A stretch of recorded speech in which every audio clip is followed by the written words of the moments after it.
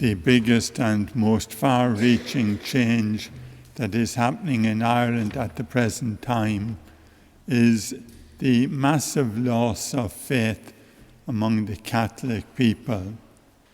The vast numbers of people that no longer practice the faith, and when people stop practicing, very soon they stop believing. Not only do they stop believing in the Catholic faith, but many have now stopped even believing in God. The impact of this is impossible really to estimate at this stage. Our whole culture is based on the Christian faith, and as that faith disappears, vanishes, is abandoned, then the culture begins to collapse. The culture begins to disintegrate. The reason for this loss of faith is multiple, you could say.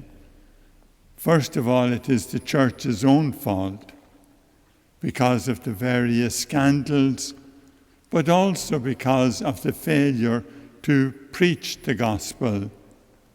There is a major crisis in preaching in the church at the present time.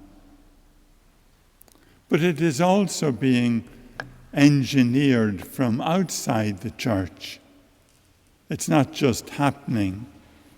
It is being brought about by the media, the political establishment, third-level education, and various other factors. We ask, what is going to be put in its place? What is being put in its place? Well, we could say that it is atheism, it is a godlessness. We can give it various names. We can call it secularism, relativism, individualism, materialism. Doesn't really matter what we call it. All of these names emphasize different aspects of the reality. But what we're talking about is the absence, the turning away from Almighty God in our own lives and in our society. How are we going to cope with this kind of a situation? First thing we have to realize is that what is being put in its place, this atheism, materialism, is the most stupid and the most absurd philosophy of life that any human being has ever come up with. The idea that the whole world just came to be without any cause, without anything bringing it into existence. And when we look at the impact on that in people's lives, what are we saying to people? We are saying that ultimately they have no worth, they have no dignity, that death is the end of everything. We are telling them that there is no foundation for morality, that morality ultimately is whatever you want to do yourself, or as they call it now, the right to choose. We're telling people that the grave is their home forever, that death is the end of everything. So we are wiping out hope in the lives of people. And in place of hope, we are trying to found a whole culture on a basis of despair. And more, that is what our culture is becoming, a superstructure on a basis of despair. The ancient peoples, all of them realized there has to be more to life than we can see, than we can touch. however feeble their understanding, however ridiculous their understanding, all of them in some way realized there was something greater than themselves. And the ancient people of Israel realized that ultimately this is the one God, that this is the beginning of everything. Their first commandment is, I am the Lord your God, you shall not have strange gods before me. This was first because it was the foundation of everything, the foundation of their whole view of life, the foundation of their whole way of living. And however uneducated they were, and however unscientific they were, they still had the wisdom to grasp the fundamental truth about God. From reason alone, we can come to know that there is one God. From reason alone, we can understand that God is our creator, that we are creatures of God.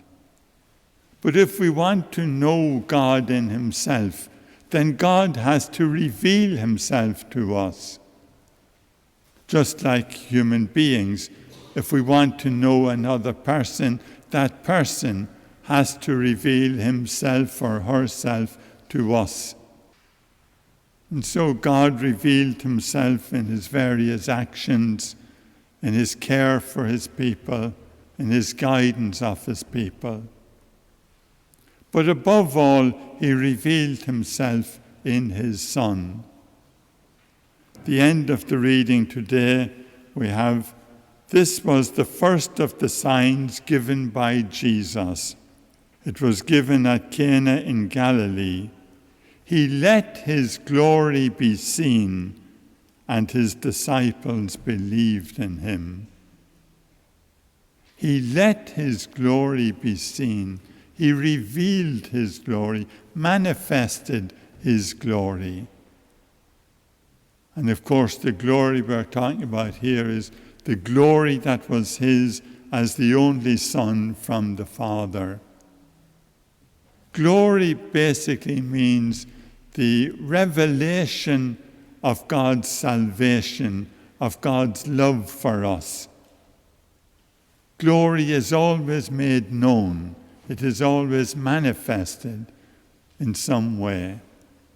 And so in this first miracle of Jesus in Cana in Galilee, he's not just trying to just help this couple that are in difficulty. He is not just trying to prove anything.